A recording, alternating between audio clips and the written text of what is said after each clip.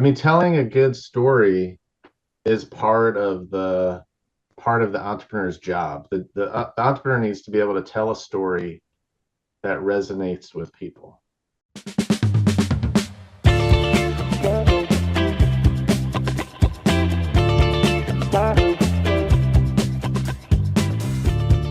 Welcome to the Product Quest podcast. Thanks for joining us on our journey to better understand innovation and product strategy. My name is Scott Burleson, and joining me as always, my co-hosts Jan Vermouth and Jonathan Edwards. Today we welcome our most special guest, Dr. Andrew DiMeo.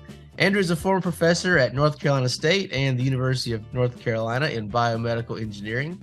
He's an entrepreneur, having built CanvasGT, which is whiteboard software that was acquired recently by Medtech software firm Greenlight Guru. Andrew is a big thinker in all things innovation and all things relating to medical devices. But more importantly than that, he's a super dude and friend who has a lot to say on many topics. Andrew DiMeo, welcome, sir, to the Product Quest podcast. Oh man, thanks for having me. This is going to be fun. Looking forward to it. Oh man, who's that guy you introduced anyway? It sounded like it was vaguely like somebody I know.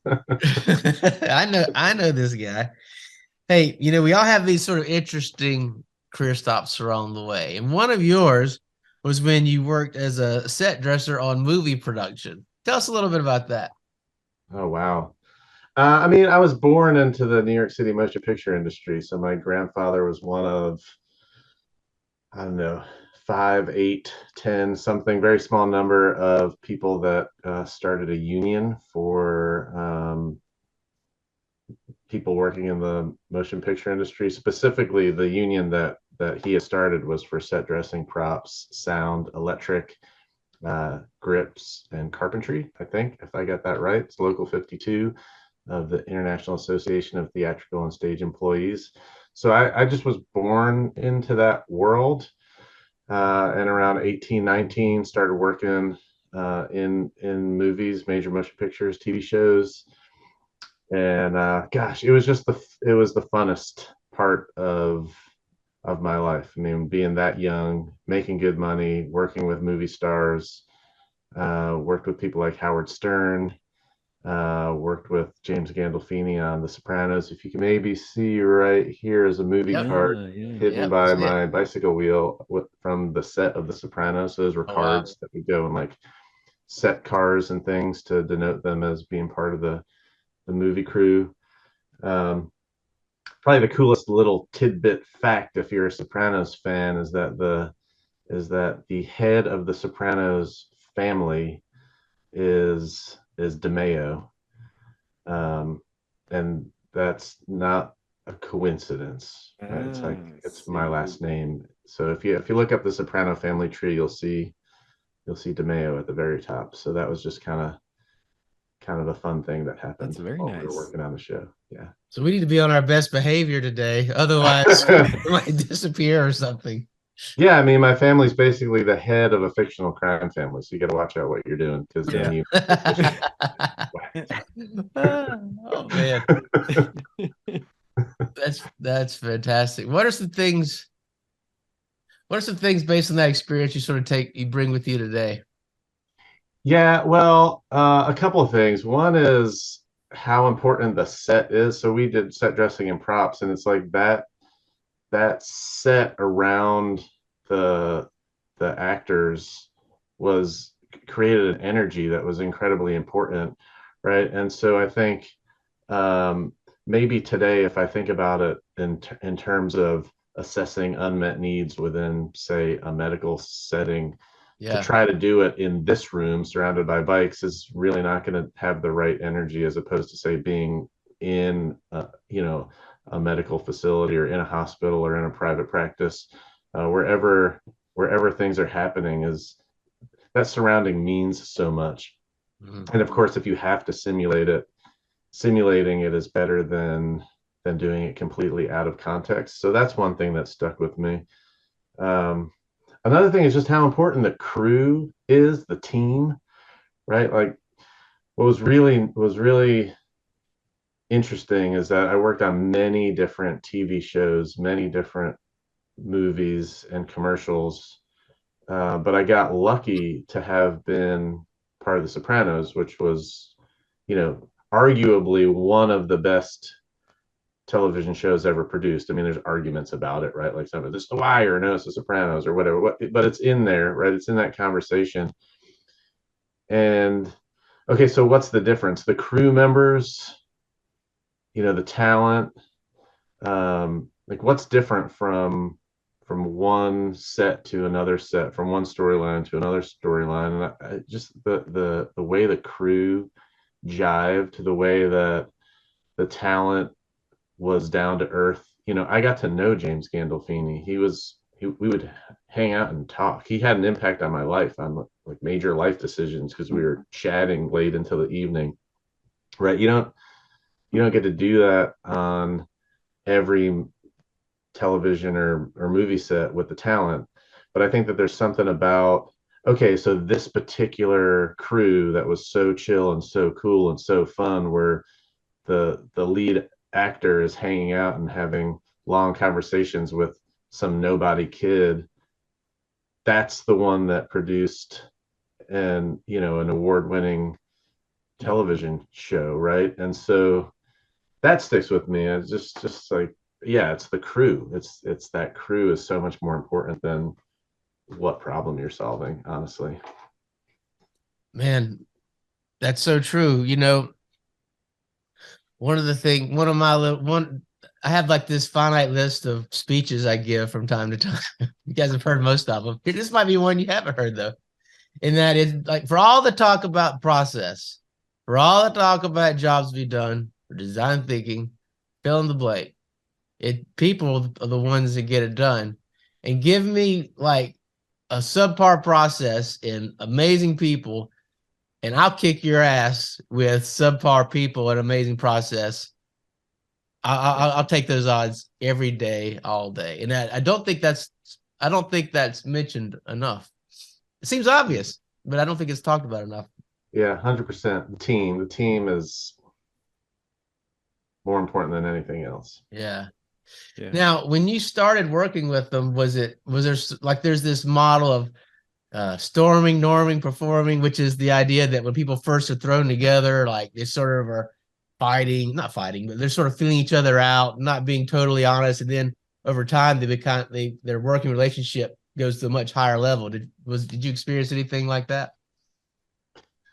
I have to think back to the earlier days of getting thrown onto the first movie sets that I ever worked on, because I think maybe it's something else that really stuck with me to this day, is just about, it's a combination of confidence, I guess. You just have to know what you're doing, but then also this it was a phrase that we said in the family all the time, that everybody puts on their pants one leg at a time. Like nobody was starstruck by the talent, because the talent were just people too. Yeah. Everybody was kind of the same. People have good days, bad days.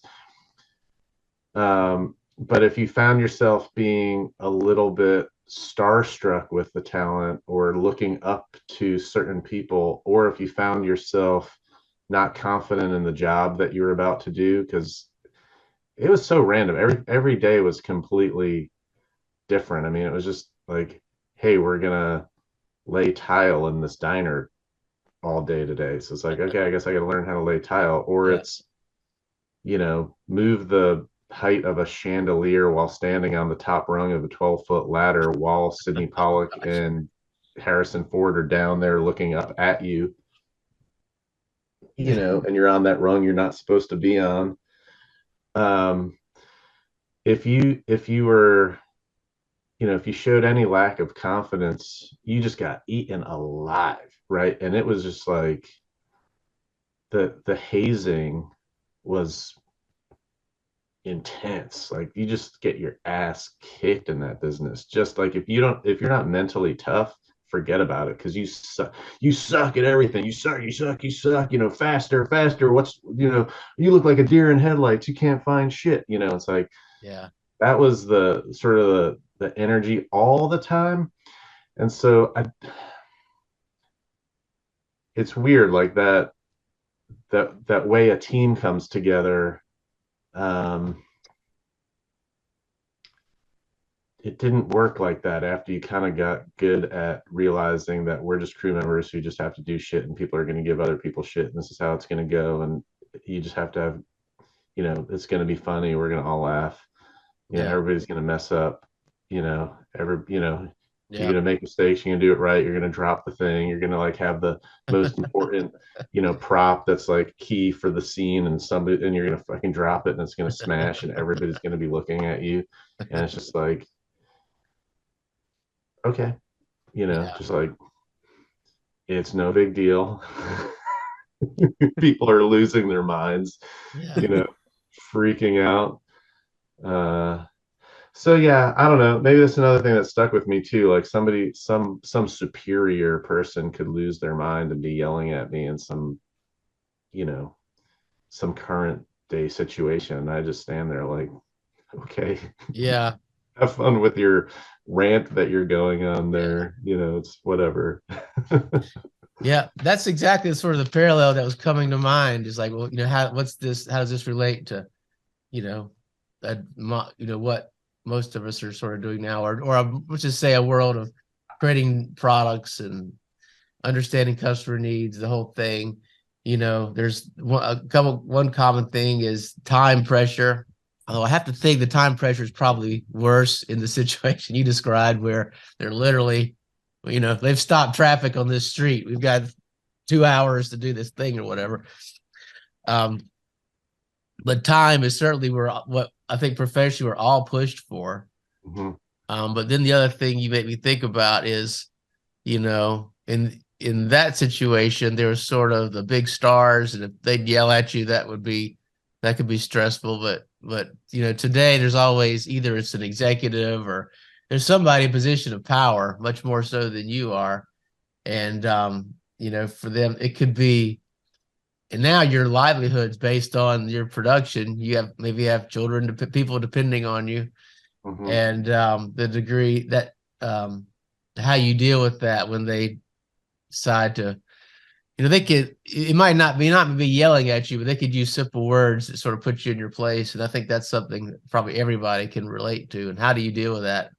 Mm-hmm. Um, Yeah, shoot, I was maybe early 20s. I was working at a medical device company yeah, and I was doing testing on a product we needed to release really soon and it was failing. It was failing the tests and I could have, say, tweaked a few things here and there to make it appear as though it was going to pass this testing. And I was, yeah, there was incredible pressure from like the yeah, middle level executives on this has got to get out the door. This has to pass the test. yeah, And I'm like, it's not, it's not passing. yeah, And then, I literally, I was early 20s. And it was my first job as a design engineer for a medical device company. And they pulled in, the C-suite into a room. It was all on video. I was here in Creedmoor, North Carolina, and the executives were all in San Diego. And they put, like me into a little room, you know, on video with these executives. And they're like, what's the deal? And I said, it's failing the test. yeah, Like, that's it.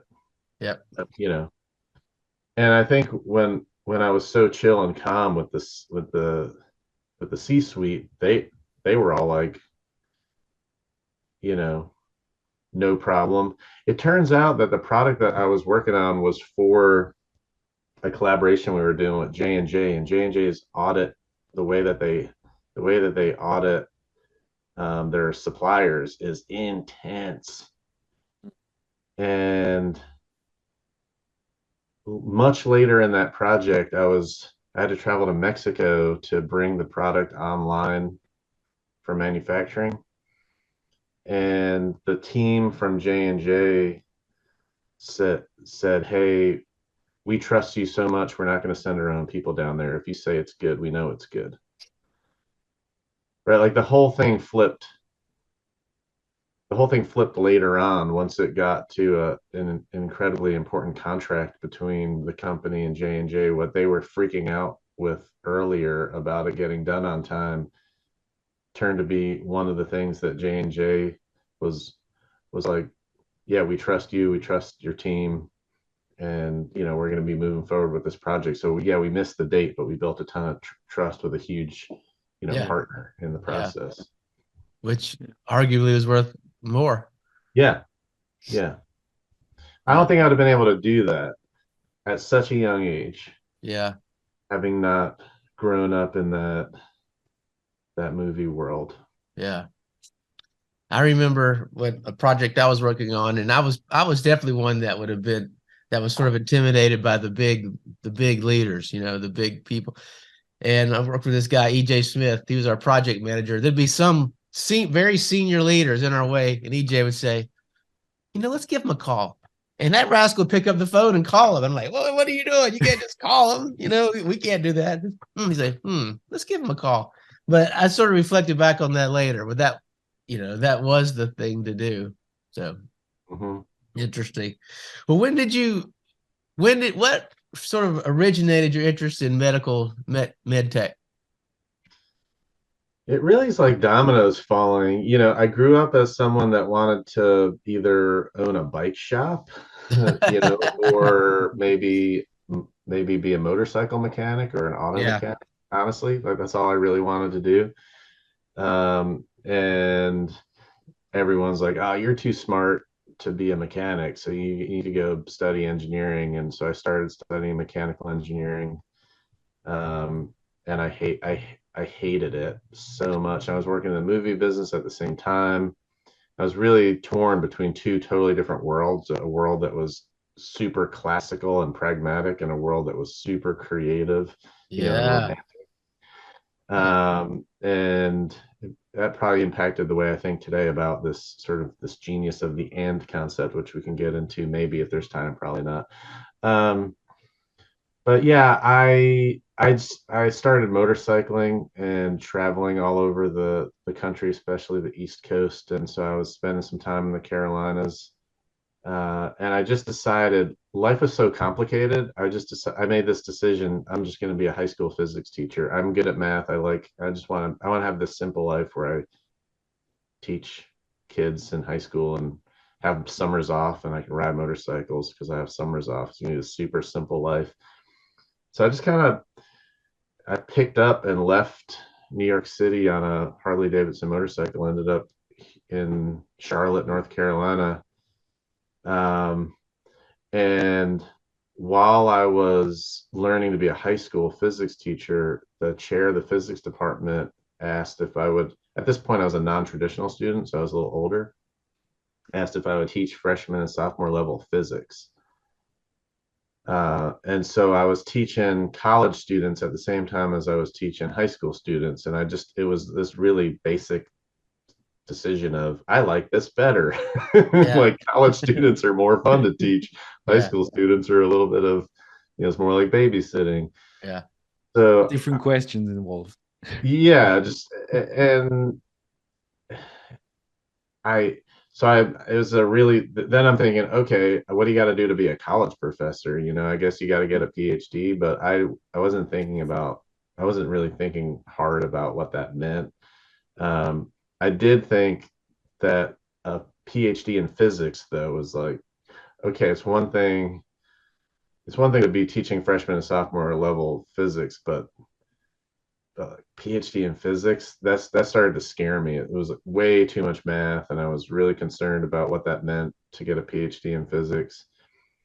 And I started poking around, and I found medical physics, which is where you might be working on large imaging machines.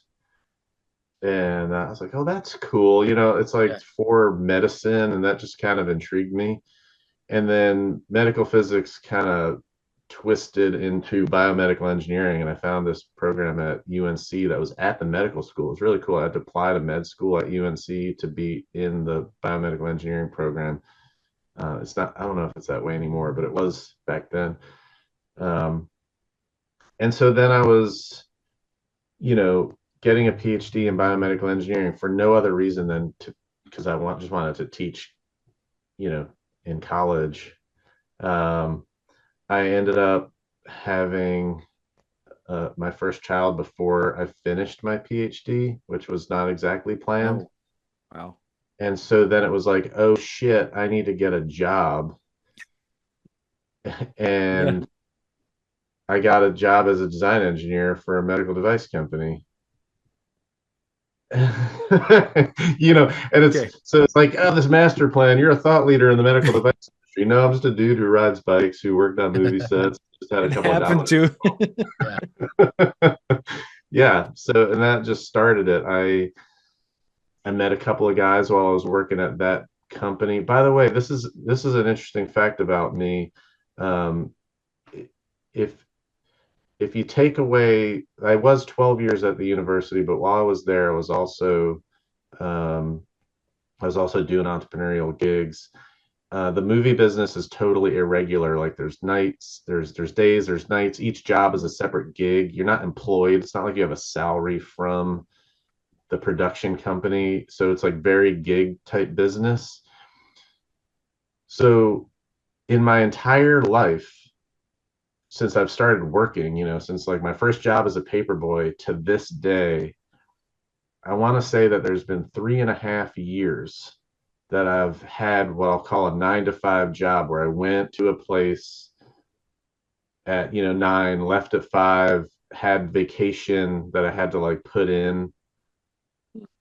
3.5 years of my whole life is normal regular work. So I only say that because that that that was 2.5 maybe of those 3.5 years was there at Alaris Medical Systems, where I met a couple of guys, Ted Mossler and Todd Kurogi, and we all got together and we're like, just couldn't stand this day job life, and we started a company called Galero, which that's my very first ever startup. I didn't get wealthy from it, but it's a successful, multinational business today. And so again, talk about luck. It's like, hey, what's this guy's track record? The first company he started when he was in his late 20s is a successful medical, you know, device services and manufacturing firm. Um, so yeah. That's great. I think that's a really good that's so in this time of being a student and working, I did the same thing. Well, not nearly as successfully as you, but I worked on the side as well. But I think it's this. That's where I got the idea of kind of a portfolio approach to life, as it were. I really took it from, and I really loved it, having different worlds at the same time in some kind of way. And if you can do this, I think it really, really helps. So it's just have your feet in different kind of areas. Maybe that has to do with genes at the end, but that's so this living in different worlds at the same time. I found that an extremely helpful experience late to this day. I mean, it's just enriching, right? Not to Yeah. be in the one kind of lane thing. Mm-hmm. Absolutely. I'm sort of struggling with exactly what I'm thinking about, how to articulate what I'm thinking, but let me just sort of struggle through it here. It seems like starting a medical device company, it just seems like that'd be very intimidating because for multiple reasons. I think there's a regulatory thing you're gonna have to deal with, but also you're dealing with physicians, really smart people that have spent a lot of time thinking about these spaces, and like, why? So how is this new idea going to, have anything I think of? Surely they've already thought of, and then I think the other thing is that, if the device is impacting a person's health, that sort of adds another level of pressure, as opposed to it's a picture they're going to hang on their wall, or okay, the picture falls off the wall, as opposed to they have some serious health complication that maybe because your device failed. How does one I realize it's not really much of a question, but I'm trying to sort through, how do you get the confidence to, or how do you, what advice would you give to somebody in a startup space in medical devices, given that those sort of background things that I find intimidating? How do you push through that? Yeah. There's so much easier ways to make money, right? And I know so many entrepreneurs in the medical device space that have left it, that are like, I can't do this anymore. Like I need a lucrative path, and they go, work in real estate or something. Because if you have good process and good business practices, you can be so much more successful, so much easier in a different industry. So what it comes down to, in my opinion, is entrepreneurship as a social service. I believe this to be true all the time, for any industry. And this is my theory on this, right? If it wasn't for entrepreneurs, nobody would have jobs. And I don't care what kind of business you start. You're starting a bicycle shop or a pizza restaurant, or you're going to start a farm, you know, or a medical device company, or a software startup that's going to scale rapidly. Um, you you would hope that the thing that you're starting is going to make life better somehow, right? Like make people happy, make people healthy, provide experiences, improve efficiency, whatever it is. So we're already starting with the thing that we're starting should be a thing that improves life. But now think about the fact that you're you're a job creator. You're creating the opportunity for other people to be prosperous.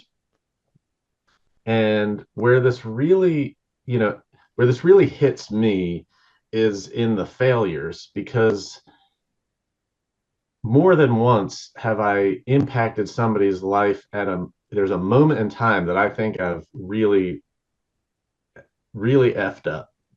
Like I've convinced a couple of, you know, full grown adults with kids, in high school planning to go to college. Like I could be pretty persuasive about starting something and being excited about it. And then they're quitting their jobs to join my startup, and we go and we raise $2-3 million together, and we spend 2 years, and it's this awesome, incredible experience, and everyone's happy and everyone's loving it. But then it does fail. And then all of a sudden, everybody's looking for work, and I'm thinking, like, I've ruined their lives. And they say to me, they come back to me and they're like, that 2 years was the best 2 years of my life. And I'm trying to figure out how I can repeat that in the future. Like now I have a prototype for what I want to live. And so that makes me feel better. But it's heavy, right? Like that's the heaviness that I go to sleep with as an entrepreneur. And so again, I don't care what kind of company it is. If you're thinking as an entrepreneur, I want to start a company to make money, it's just not even it's just a wrong foot to start on, right? And so those people that are starting medical device companies, I think, need to be especially mission driven, right? They need to like especially care that they're trying to bring some medical device to market that's really going to improve or extend the quality of life somehow. And and if you're not doing it for the money, if you're doing it for the mission, and realize that the journey is so much more important than the end result, because there's a pretty good chance it's not going to make it. Yeah. You better enjoy the journey along the way, and the team better realize that they should be keeping their resumes brushed up all through this thing, because it could end. Then that's what it takes. That's quite interesting, because I want to contrast what you've just said with what two previous guests said, who were also entrepreneurs. So Murat Gürker and Francesco Cardoletti. I forget now which episode they were on, some time back. And I actually asked them exactly this question, talking about what's the importance of the mission in entrepreneurship. Is this something we need to keep in mind or not? And I think it just goes to show that, you know, everyone has his opinion on that. And I have to say, I would tend to agree with what you just said, in the sense that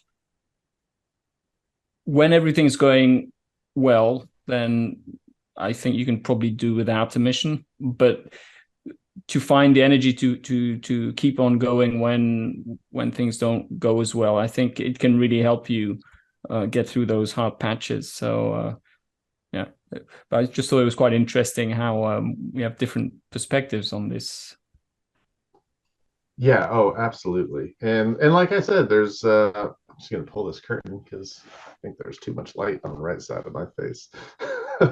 um, there are a lot of people that start companies as an endeavor to make money, right? I mean, Yeah. there are people that buy houses to flip them, and there are people that buy houses to make it the home that they're going to live in, and somebody comes along and is like, how much for the house? So of course they both exist. And I'm just not a fan. I'm not a fan of the doing it for the making money. I think it's I'll just say I think it's one of the things that's wrong with society, right? Like, who wants to buy a house that's been flipped? Is that a good entrepreneur? Like, you know, okay, so your business is super successful and you had a 6x multiple and you walked away with your millions. Are you a positive impact on the planet? What did whatever you start turn into for the rest of society? Right? I mean, you can have the best of intentions and and be an entrepreneur that cares about the social impact that you're having, and the outcomes can still have a negative impact on our planet, right? So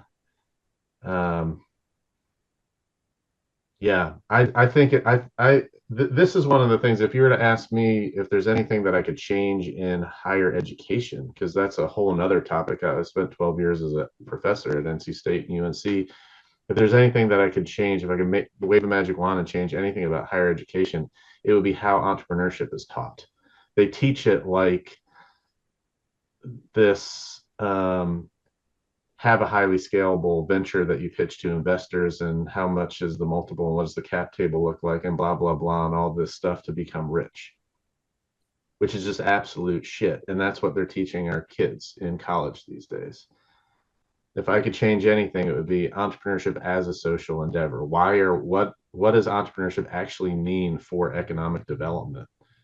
Yeah. What does entrepreneurship actually mean for our economy, for our society, locally and globally? What does the impacts of startups have on the planet and the people that are participating in them, right? If we taught it that way, I think maybe at least more people would understand it. It wouldn't change everybody into a social entrepreneur, but at least we might have a more solid foundation. Yeah. This reminds me a lot. I like that a lot because I think I mean, you have to think it of the way that money is kind of the reward, but it's not the cause. It's not what you're doing it for. And I think it's one of the students of Clay Christensen. He wrote this book on poverty and kind of poverty and innovation. And what the way they frame entrepreneurship is to say, hey, okay, one way to fight poverty in the world is, well, whatever, the northern hemisphere gives money to projects in the southern hemisphere. We did that for quite a while. Did it work out? I don't know, probably not. And they kind of propose a different saying, how can we enable more entrepreneurship and make entrepreneurship happen in a country that's more poor, because that will increase welfare for everybody. And I think there is this very interesting framing of economics endeavors in general as a benefit for society if you kind of have the right metrics you're chasing after, I would say. So I completely see this. And for me, this aligns a lot with what I take to be one of the core thoughts of jobs to be done, and saying, hey, you start with what can I what can I do for somebody else so that their life sucks less, right? So Mhm. that's the basic idea. What problem can I remove for somebody? And Mhm. then that's something that's fine to get a reward for. Mhm. But flipping it the other way around can lead to very dangerous tactics. Yeah, I'm gonna say that I agree, but there's a nuance to it. Yeah. I don't even think of the money as a reward. Here's the Okay. let's look at the other side of the scale, the super mission driven um, entrepreneur who wants to help, you know, a really um, what's what's the word that I'm looking for? Um, a rare disease, maybe, or children, something where Completely there's altruistic. there's a really small market, right? Yeah. And the business plan just doesn't work. So I Yeah. mentor so many entrepreneurs, and I'll tell you what, 9 times out of 10, the people that I see that are medtech entrepreneurs lean way too much on the mission driven side. So much so that they're never going to be successful.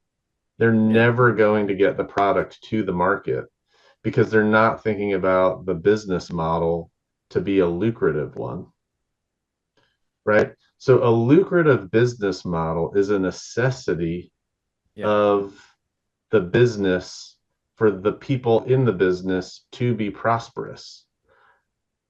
Again, I could be starting a bicycle shop. I want the people that work there to be able to go on vacations and live in nice homes and be prosperous. What does that look like? That's pretty tough. If you Yeah. start to like write down the business model for a bicycle shop, it's not making a whole lot of people a whole lot of money. Yeah. But is there a way to do it? And I believe that yes, there absolutely is a way to do it.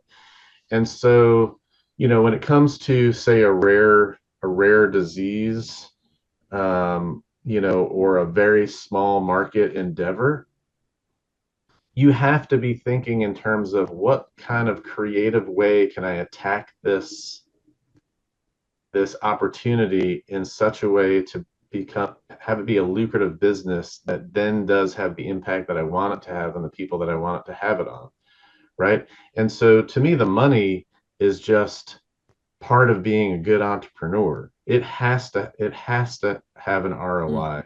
It Yeah. has to be able to pay the people that are working in it.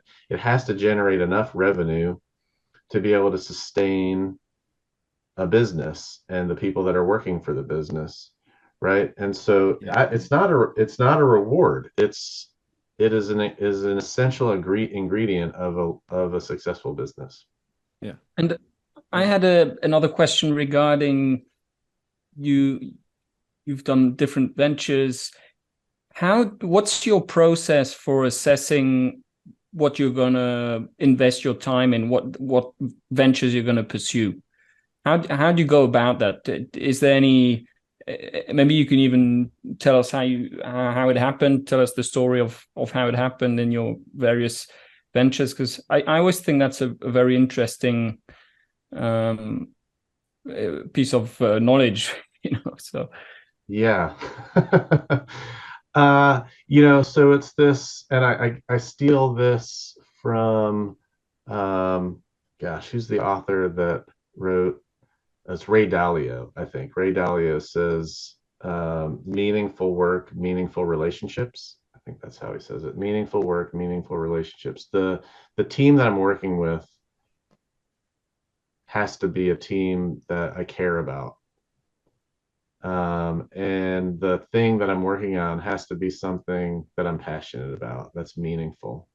Those are like the two things that have to be true for me to then assess, is this worth going after? And if 9 times out of 10, the business model is not working out.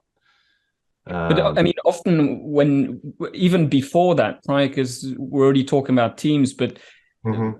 do you have a list of ideas, or do you go around and feel, oh, this is really not working very well, someone should fix this? Are you very rigorous about saying, okay, now I'm gonna, I want to work in this space and do something there? I mean, what's your approach here? Just to because I find something very difficult. I've got a list of God knows 80 different business ideas I've been just trailing along on my phone for the past 10 years or something, and I always find, so you write these ideas down. Are these valid ideas? Which ones should you pursue? How do you go about that? I find that so earlier we talked about how we live in this, multiple projects, multiple lives going on, sort of you're in all these different spaces. And so to me, it's recognizing a real unmet need in the space as a technician within that place. Right. And so something really simple, like when I worked in the movie business, one of the things that the props had to do was acquire cars. So we worked with various, car shops that we could rent cars for the movies.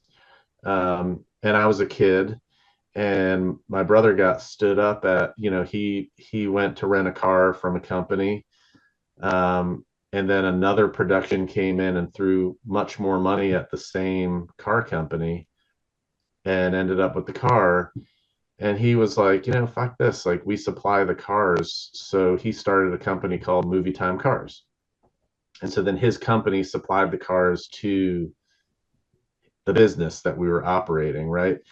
And so I think in almost every single case, I've found an unmet need within the spaces or between the places, or try to connect dots like, oh, wait, they do it this way in this different industry or this different sector, and I'm seeing this over here. And it's like, it's connecting dots within places that I'm actually living. And I have to be a customer, right? So one of my things always too is there's these phrases, right? Like, eat your own dog food or drink your own champagne. Mine is, I like to drink my own grape juice so that one day I can choose to drink my own champagne. Or maybe I should do it with whiskey because I like whiskey so much better. But at any rate, Galero, we started Galero, and it was the way in which we as a team were servicing the company, and we saw how much more efficient we could be if we were an outside organization. Man, we could be so much more innovative and come up with so many more ideas, and this is what it would look like if we weren't part of the company that we were working for, which was the basis for that business. The last software startup that I did had to do with what I saw between consultants. So I was working with a consultancy called Trig. And I don't know if you've had Ty Higler on, but he's a good friend of ours. And, so I was working with Trig, and I was doing consulting with medical device startups. And I saw a place where there was this struggle between early stage, messy ideas and the structure that you needed in a controlled design quality system for a medical device company, and bridging that gap was really, really painful. It's one thing to recognize it as an unmet need. It's then another thing to go and start to interview hundreds of people to try to figure out if it matters to anybody else other than you, right? So I recognize them from life. I've validated it through stakeholder interviews. Great. So tell us about, what are your thoughts? What are some of the big methods that you use in your thinking? I mean, I know jobs to be done is one, and I think design thinking is one. You mentioned the concept of the and. What's Andrew's philosophy on innovation? How do the big pieces come together for the way if you're going to design your own innovation system, what would be the key components? Yeah, the two biggest ingredients are abstraction and genius of the end. Those are the two big pieces. And by abstraction, one of the things that I got to start with is this place where, whether it's jobs to be done, outcomes driven innovation, voice of customer, needs driven approaches, design thinking, fall in love with the problem, not the solution, all of these things, they're nuanced, they're different. There's a lot of nuances to each of them. But at the end of the day, this what is a problem and what is a solution challenge, I've come to a place where problem equals solution. And it's just a matter of, it's like Einstein's theory of relativity for the problem solution space, right? And in Einstein's theory of relativity, it's like the position of the ball matters between it and another object, or from an observer from an outside space, right? And so problem and solution are relative to each other, but also relative to an outside observer looking at problem and solution. Now, there's one clue to this, that problems equal solutions. One is that today's solutions equals tomorrow's problems, right? So everyone, if they've ever said that statement somewhere along the line over the time continuum, have agreed that that a solution equals a problem. But even in the now, what is the problem to be solved, and what is the solution to solve it? And my favorite example is just to use the old classic, people don't need a 1/4 inch hole, what they need is a 1/4 inch drill, right? And so the problem to be solved is make the hole. The solution is the drill. And it's just so basic. But if you use abstraction and you start to just say, okay, well, why do we need a hole? And maybe we need a hole to access the brain, and so now it's like, well, what's the problem to be solved? We need to access the brain. Well, how are we going to solve it? What's the solution? Oh, we're going to make a hole. Well, why are we accessing the brain? It's like, well, we need to remove a tumor. It's like, okay, so the problem to be solved is remove a tumor, and the solution to it is access the brain, right? And you can just go on forever until you get to happiness and bliss, or live with ease, or wherever you want to at the top of this abstraction.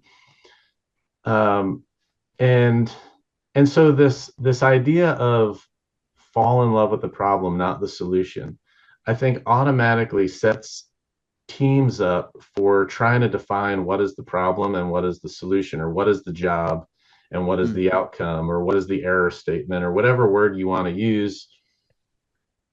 And there's a lot of debate as to what is what.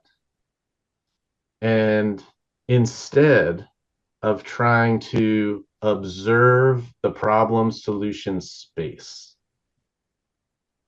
right? And if you start to observe the problem solution space, then somewhere on that, remove a tumor could be, ablate it using an external energy source, so you're not making a hole, or shrink it using chemotherapy, right? So now we got 3 different solutions to that problem. Yeah. Right. But they're just in the problem solution space. Yeah. And which one is the problem and which one is the solution is really entirely up to opinion, perspective. I really like that. I mean, I think it's one of the things where I think jobs done is great, but it causes a lot of confusion, is exactly this. You're getting lost in these different levels because you're looking for the job, like the one. Right. And that's just, it's not there. But what it does give you is, or other approaches as well. So I'm not here saying jobs done is better in any sense, but it gives you a language to take a perspective. You have to take and define a perspective. Otherwise, it's because then that question of what is truly the job, then you can go up, you can go down, you can go left, and you can go right, and there is no true answer. Mm-hmm. It's just not that simple. So for me, it's always, it's so funny. We quite often, when we bring up that, when I bring up this quote of 1/4 inch drill and the 1/4 inch hole, people say, well, yeah, but people don't want a hole. And even anytime somebody says that, I say, but the fact alone that you're asking this question means you got the quote. So that's good. So if you're asking that question, but the quote has done its job, and then it's fine. But that is exactly right. Now you're on the right path. Now you're thinking along the right kind of lines. Okay, and then at one point you have to stop. You have to define a perspective, and just take a stance wherever in that. I like how you said it, in this problem solution space, which is one space. Where do you want to sit? Where do you want to stand? Right. Where do we? Yeah, it's about consensus with the team, right? So if you can start to draw the problem solution space before having a debate on what is the problem, what is the outcome, what is the job to be done, and we're wasting a lot of time trying to figure out the job to be done. Yeah. Forget about it. Let's just spend some time together in the problem solution space. And then there's going to be consensus, like, hey guys, where do you want to live? Like, where should we choose to live? Do we want to be, are we a drill manufacturing company? And we're really looking at all the different ways to make holes. And do we want to get into other methods of hole making? Or are we, a medical device company that's looking at brain tumor treatment? Like, where are we and where do we want to live? And does our team agree? Do we have consensus on this problem solution space? Okay. And now we can move and be communicating to each other in a way that's productive as a team, and not arguing which one is the problem and which one is the solution. Yeah. It's you're making me so much rethink. I mean, we always say we're so dogmatic about, yes, you have to make a difference between problem and solution, and probably that's not even true. So I always bring it like, that's the whole point. That's the power of jobs to be done, kind of to make this distinction between solution and problem. But in the end, you're probably right. I mean, one job is another job solution. So that whole distinction kind of goes out the window in a sense. Jobs to be done, people make this, they add a lot to this confusion. Yeah. And it's with a lot, it's just a lot of straw man arguments. Yeah, I agree. And although sorry, go ahead. Meaning and basically the whole, I mean, I like this, Andrew, of thinking of it in terms of relativity, because that had to do with your perspective. And is something moving? Well, if it's like this pen does not appear to be moving. I'm looking at it; it's not moving. But from somebody in outer space, we're both moving, right? So I really like that way of thinking about it. But again, so many jobs to be done, writers, people, they use a straw man argument that says, well, and the thing that's aggravating about it is there's just enough truth to it that for most of the time it even is it's the right thing to say. But why is it a straw man argument? Because if I say, wow, I need a saw with a sharper blade, that's the thing I need. Well, I really should be thinking about, cutting the board or whatever. But if I say I want to saw off a sharper blade, I have some problem in mind. Because I don't even articulate it, doesn't mean I just out of thin air, I just picked a random feature that I wanted improved. I picked it with a benefit in mind. So that's the main reason it's a straw argument, is it just ignores the fact that when someone's pushing a solution forward, there is probably a problem in mind. Now, the reason it has some validity to it is, a lot of times we start creating things. We come in love with the stuff we're building, and we lose perspective. Maybe that's sort of the theme to this. We lose perspective. We get so far down the road of that technology, we've forgotten that it was to cut a board, and now it's literally about the hardness of the steel and this and that. And so, but it's tough. I mean, the truth is just a bit more nuanced than any of those simple stories. Indeed. Also, I mean, just to throw in something, potentially thought-provoking. Jonathan doesn't agree at all. No, it's not. It's not that. I think this idea that problems are solutions, I agree with in general. But I think, I mean, as a physicist, you would probably also, if we think about a state space, and we think about the problems essentially are states in this state space. So this is the kind of object it is a point in a space. And solutions are not points, really, they're paths. So they're a set of points. They're going from one place in the state space to another place, from one point to another point. So somehow, I think if we really wanted to, we could actually make a profound distinction between problems and solutions by simply saying that a solution is a path in the state space, whereas a problem is a state. You need to help me a bit more in understanding what state space is, to be honest. Can you elaborate a bit on that? Because I think it sounds very, I mean, well, I could translate it in a way, but could you elaborate a bit? Well, I mean, a state space is just simply, for me, it's just a word to describe. So when you describe the world, you look at different variables, and you look at you choose these variables typically, and these variables can move around, and you can make a graph, and depending on how many variables you have, you might have a space that's only one-dimensional, two-dimensional. It could be 1,000-dimensional. And somewhere, if you choose one value for each of these variables, then you've basically defined a point. And I mean, we could define goals, I think, as state. So if I say I want to clean my living room, so the end state is the living room is clean. That's I can look at the variables. I can check. Okay, that's where we're at. It's that's the state. Mm-hmm. But then the actual solution is it's which path have you gone on what's the path you took to go from the dirt, let's say unclean living room, to the clean living room, and that's a set of different steps. Yeah. I think my question, this is a little bit tongue-in-cheek, but my question would be, which are you using, Cartesian or non-Cartesian math?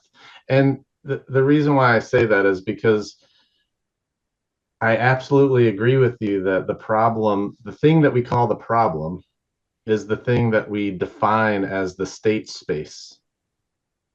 However, we all have to get around and decide that the clean room is the state space, because maybe the state space is to, feel at ease while in the room, or maybe the state space is to be in a place that doesn't have an infestation of bugs. So it is a human decision to choose the state space, right? Totally. And in physics, right, like we have to choose what math we're going to use. We have to choose what set of parameters we're going to use to choose the stationary object, to then define everything else around it, everyone knowing that stationary object could be an object in motion if we chose a different state space, right? So we call this thing the problem, and we call all these different paths to it the solutions. I'm with you all the way. It's just that problem, that state space, is human defined, and it becomes even more complicated when it's team defined by a group of people. Yeah. Right. And so to be able to define the problem solution space, and as a team say, this is the state space, this is the thing we're calling problem, that's all I'm saying. To a different group in a different place working on a different thing, that team is on a solution path. But to us, it's our state space. To us, it's our problem.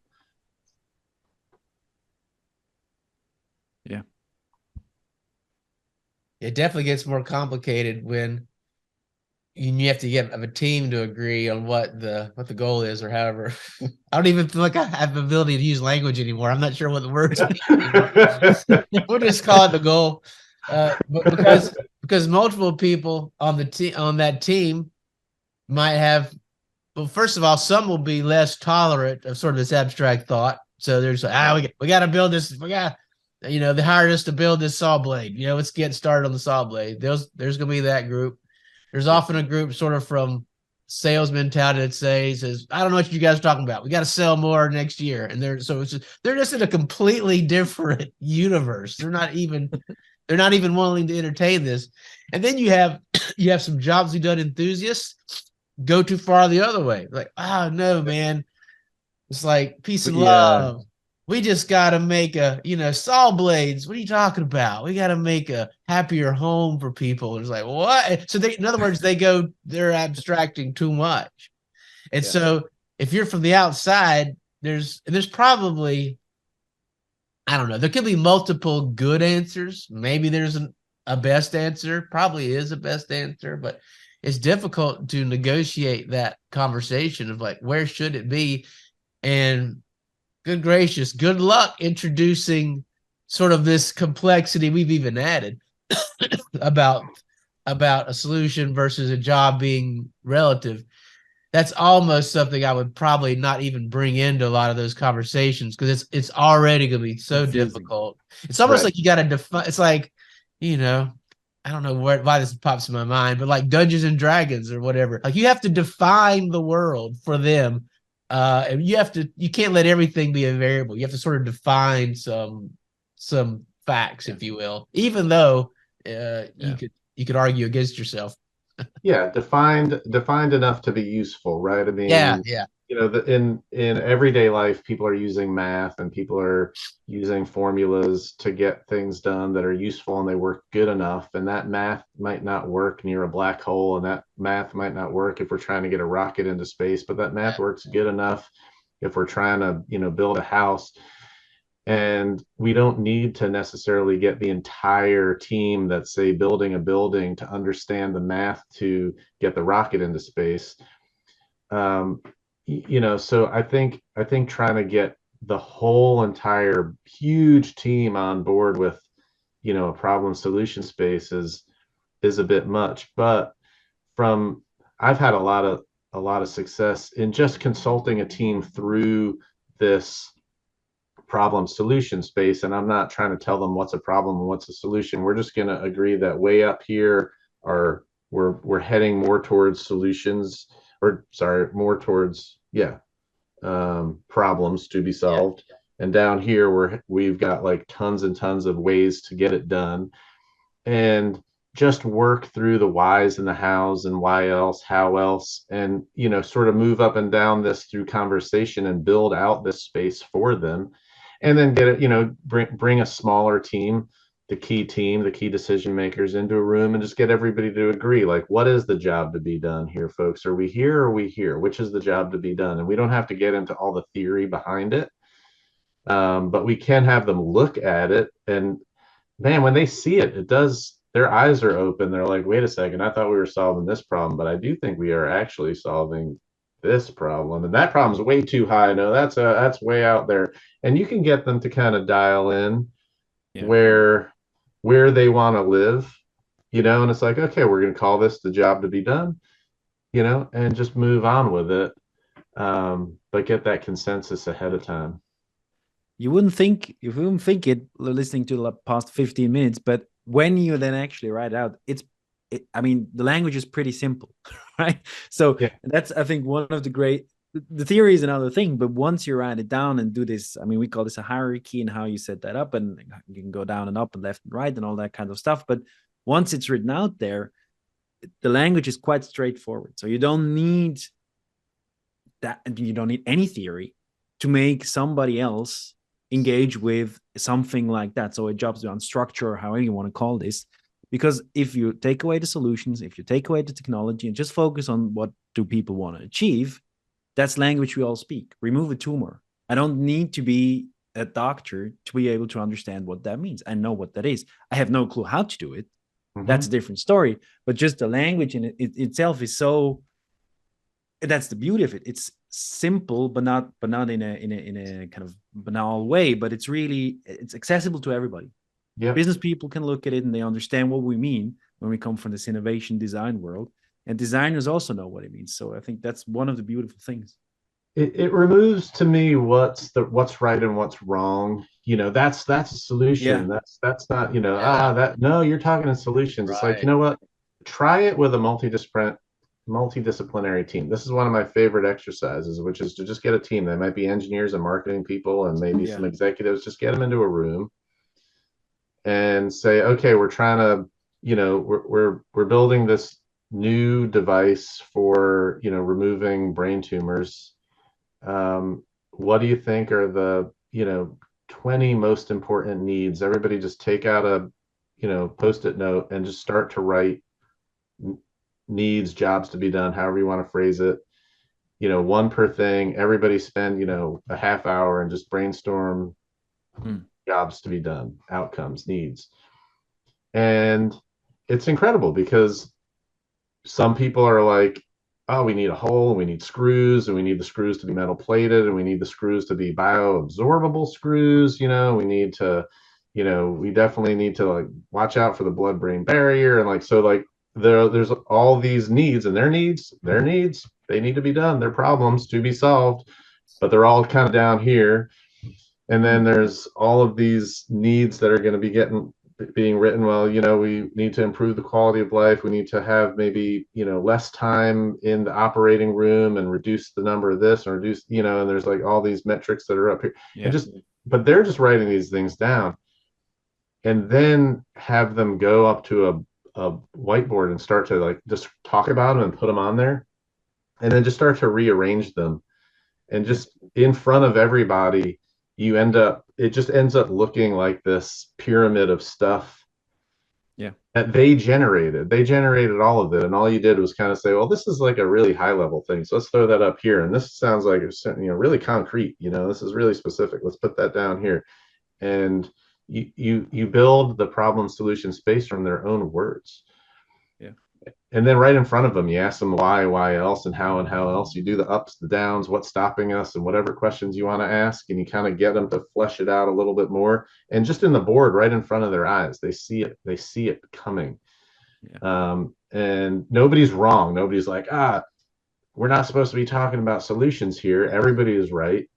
And that problem down here is a real problem for you on the engineering floor, and that problem up there is a real problem for you in the executive suite. And the problem that we're trying to define as the node is the one that the product manager wants. But we can kind of all see it. Yeah. So you'll sort of have a brainstorming session in which how is it framed? I mean, I guess you have to introduce some framing about we want to cure brain tumors or something, and then just from there, what are the questions you pose to get folks? Yeah, I would give like a pretty classic jobs to be done, like presentation on what is a problem and what is a solution, right? And not get into really all of the theory that we just discussed here. Yeah. And you're trying to get people to write jobs to be done, right? That's what you're trying for them to do, because that mentally sort of gets them one place higher than where they're thinking, right? They're thinking screws, and we want them to be talking about holes, right? We want them to move up just like a level in their brain. And so but no matter how hard you try, right, like you would see this if you were one-on-one with a person and give them an entire lesson in jobs to be done and then have them write out a bunch of jobs. They're all going to be all over the place. They're not going to be right on, they're not going to be like perfectly right on this level of abstraction. So I don't try too hard. It's just a very simple jobs to be done, like presentation. Okay, now everybody take, and whatever the subject matter that they're working on, now everybody take some amount of time and write down your outcome statements, as many outcome statements as you can think of in the next half hour, and and they're all individually all over the place, and then as a team they end up more all over the place, and so it just kind of I just let it happen like that. Yeah. And like would you use also the job map in this process, which is this ODI's tool that they use a lot and developed by Lance Betancourt, this idea that you can break down, there's a kind of universal sequential breakdown of jobs. Is there something you also use? I think who was it that was talking about this a lot? Jim Kalbach, I think, uses that a lot also in his work. Yes, I admittedly don't use the universal job map as much as I'd like to. I like it, and I like, you know, journey maps, user journeys, and job maps. They're all trying to understand all of the jobs to be done along the way. I think is an incredibly useful tool, right? And so it's not that I don't do it. Honestly, I mean, at the end of the day, I'm not a jobs to be done consultant, right? So I'm not getting into all of the whole entire thing. It's like my sweet spot is defining unmet medical needs. Good job, Right? Steve. Yeah. So I kind of live where I can be the most useful to a team, and that abstraction technique is just one that I kind of set in on that works really well in a moment, when having that flash of time with a medical innovator that I'm trying to help, because that's where I'm usually, a mentor to a startup team or something like that, and they'll give me a pitch, they'll pitch their idea to me, and I'll give them feedback. And I can even take, when they pitch, I can write down words from their presentation and then spit it back out at them as a problem solution space, and it kind of blows their mind, because you can just read it top to bottom or bottom to top, and it makes more sense than whatever they just told me.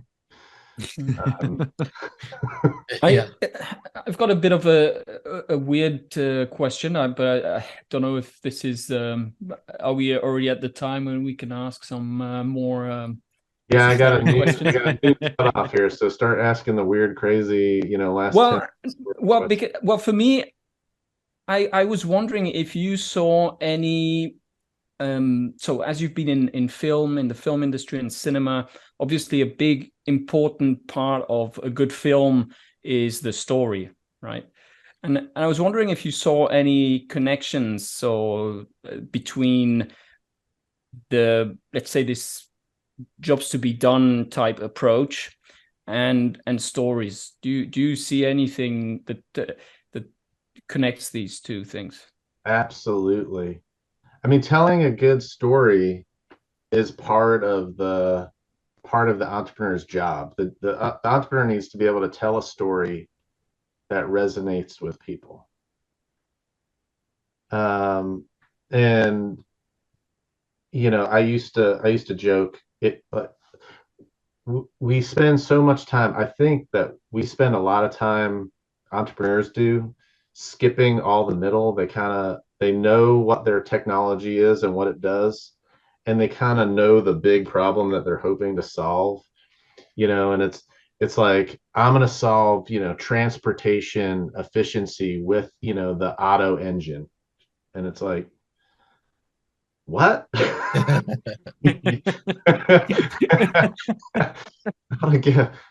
How do those things connect, right? And so I find that this problem solution space, and then you can like connect the dots, from the bottom to the top.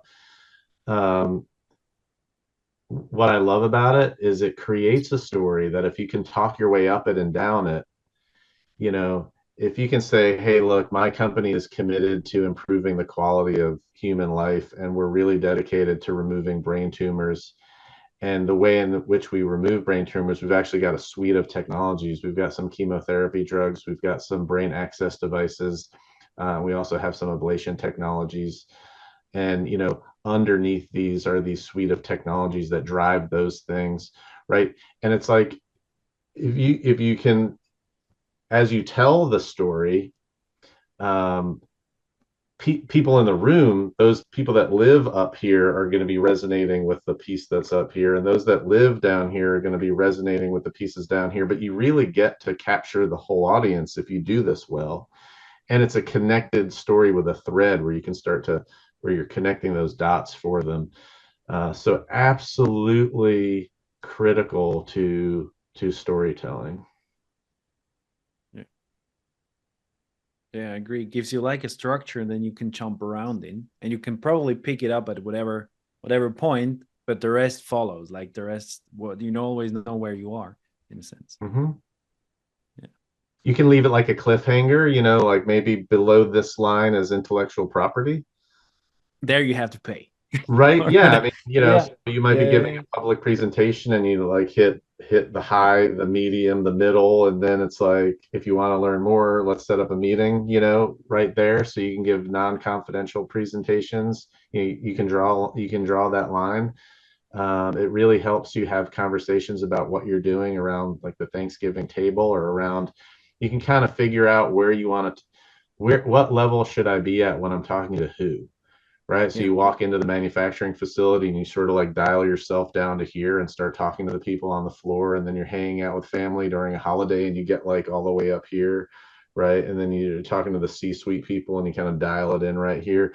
Right. So I think it really does help when you understand it is Einstein's theory of relativity, right? It's hard to know that the ball that we're tossing up and down isn't actually making this shape if we don't get outside of it and realize, okay, we're all on a planet that's spinning at a certain speed and it's going around the sun. It's like, just knowing the universe that we live in helps us appreciate things in a way that I think is much more powerful than being naive about it, right? And so I think it's an incredibly powerful tool for all things, just understanding the universe that we're playing in for our startup or our consulting gig or whatever it is we might be doing. It makes me think about, you see, I don't know if disagreement's the right word, but like hardcore design thinking people and hardcore jobs be done people, it's literally like they're speaking different languages. And to me, it's like they're both competent, both valid, but it's like, it's different languages is the best metaphor I can come up with here on the fly. Is like they're describing like similar. It's like you're in different rooms, and I see this, and they're listening. They're trying to understand what you're describing there, but there's just all these misses. Jobs to be done and design thinking are two solutions. Yeah. To a similar problem. That's right. Exactly right. Yeah. This is why I think, I say this, somewhat in jest and somewhat seriously. It's like, I think that like Christianity and physics are the same. Okay, now provocative statement. I think they're the same thing. They're just two different solutions to we're trying to describe something that we can't. Yeah. And so I've got a way to do it and I've got a way to do it, and they're both really, really different, but they're trying to solve the exact same problem. Yeah. So they're just two solutions on the same level of abstraction for the higher problem. Yeah. Right. So I think, science and religion are solutions to a problem above it. So that's what I think about. That's what I think about jobs to be done and outcome driven innovation and, need statement development and design thinking. You start to see that there's this thread of fall in love with the problem, not the solution. Try to understand what people really need and want. And maybe some people are more focused on emotion, or some people are more focused on feeling or comfort, and other people are focused on like really concrete, emotionless jobs. Yeah. Right. And it's just like they're almost like two different religions. Yeah. They're trying to do exactly the same thing at the end of the day. Andrew, I remember one time when I was when I taught a lecture in one of your courses, and we were just shooting the breeze afterwards, and we were talking about some topic. I have no idea what it was. It's not that important. But then we didn't have the same opinion on it. And you just said, oh, that's your position. And I thought that was the best phrasing. I repeated that. I've told that story. I probably told these guys that story before. Yeah. What's beautiful about, oh, that's your position. You know what that does? That lets me keep my position. That lets you keep your position. And there's like, we're still friends. It's just like, oh, that's your position. And I thought that was I just thought that was the best phrasing. And no matter who we're with, I mean, it doesn't have to be these jobs we done. It could be anything. But I think that's just it's just wonderful phrasing, because we're able to just acknowledge that, oh, we have different positions, and it's all right. It's okay. You know, Andrew, I don't even know if I've told you this, but I bet I've told that story 1,000 times in the last 10 years. I found it to be that useful, a way of thinking. And I'll say this too. People are surprised that how loosely I seem to hold on to jobs to be done thinking at times. You're like, wow, isn't that I'm very much like thinking about other ways. And it's like, man, the more I know, the more I realize how little I know. Yeah. The more I learn, the more I realize how little I know. And so I hold on to things very loosely. But at the end of the day, you do sort of have to have, okay, I need to pick this useful perspective. It's good enough. Let's go to bat. But I needed to fit that story, Andrew, because I think that's for everybody. I mean, it's, I think that's just a great approach to managing your ascent into trying to be a more knowledgeable person, is just to acknowledge somebody has a different position and let it be okay. I think it's so, and maybe this is a good spot to finish. I've told you this before. I absolutely love that in your book you use the word laws, and laws are actually tell us the title of your book. So the statue and the stone, and then in red it says what? It says, let's look at it here. Decoding Customer Motivation with the 48 Laws of Jobs to be Done philosophy. Available on Amazon. Yeah, the 48 Laws of Jobs to be Done philosophy. I love this. I love that you called them laws because you're defining a position. Yeah. And laws, the thing about the word law is that laws are written by humans. Laws are dependent on where you are in space and where you are in time. Okay? So like the laws here in North Carolina, where I am right now, are different than the laws in Washington State. So different based on your position. The laws change over time. They're different today than they were 100 years ago. And laws are written by humans. And the same thing goes with the laws of physics, right? I mean, there's the law of the conservation of matter. That's the way it was, but then we rewrote it to be the law of conservation of matter and energy, right? Or mass and energy. I'm probably getting it wrong. The laws of physics don't really work that well very close to a black hole. It's like, yeah, they work really good in a lot of places, but once we get to a black hole, the laws of physics just kind of aren't working there. We haven't figured those out yet. And those laws are really, really useful. The book is like a Bible. You know, I keep it very close all the time. I've got it highlighted. And I refer to it all the time because it is so useful. The laws are so useful, and the position that you have right now is so useful. But if you rewrite that book a decade from now, I would certainly hope that your laws have evolved, right? Yeah.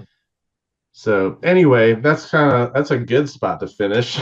Well, I'll totally second that and say it's a really great book. So totally recommend any listener to get it. I know you got a hard stop, Andrew, so let me roll down to the finish line here quick. Hey, appreciate the time. Man, I love this thinking about relativity and jobs to be done in abstraction. I think it's a fascinating way to think about it. And that, friends, concludes today's Product Quest podcast. Follow us on LinkedIn or reach out to us anytime at productquestpodcast@gmail.com. And we'll see you next time.